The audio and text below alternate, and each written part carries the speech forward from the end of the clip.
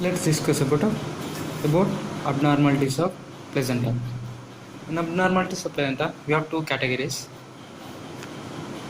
One is placenta with a small lobe detached. Placenta with small lobe detached. Another one is extracorporeal placenta. Extracorporeal placenta. In placenta with small lobe detached, we have three abnormalities. One is succentoriate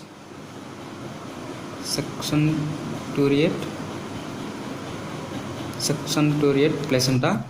Succentoriate lobe. Second one is placenta bilobata.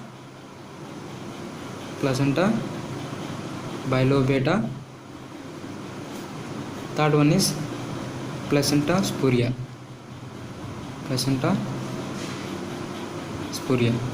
In extracorporeal placenta, we have two. One is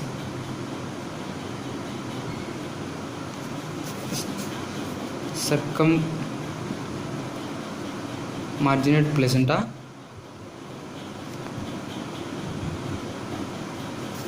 and circumvallate placenta.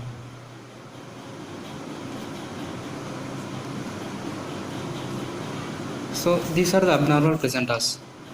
One is succentoriate placenta bilobata. This succentoriate lobe. Okay. So, placenta bilobata, placenta spuria, circummarginate placenta, circumvallate placenta.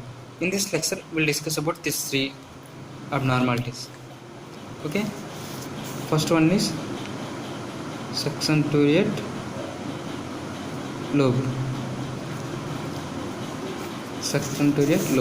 In this, what happens is we have placenta, right? So in succentoriate placenta, what happens is small part of placenta will get detached. This is placenta. From this placenta, small part of placenta will be detached, and these two are connected by a blood vessel. Okay, so small part of placenta is detached and both are connected by a blood vessel. You see here the detached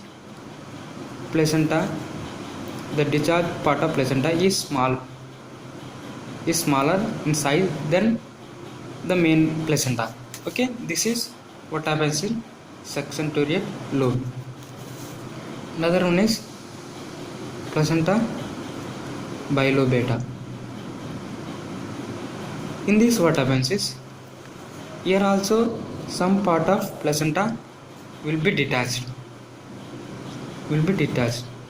and they are connected by a blood vessel.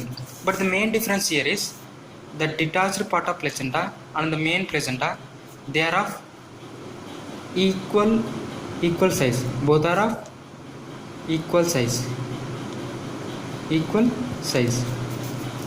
This is what is happening in placenta bilobata. Then in placenta, then move into placenta spuria. In placenta spuria, what happens is here also some part of placenta will be detached, right? But here a blood vessel will not be there for connection. Okay, connection will not be there.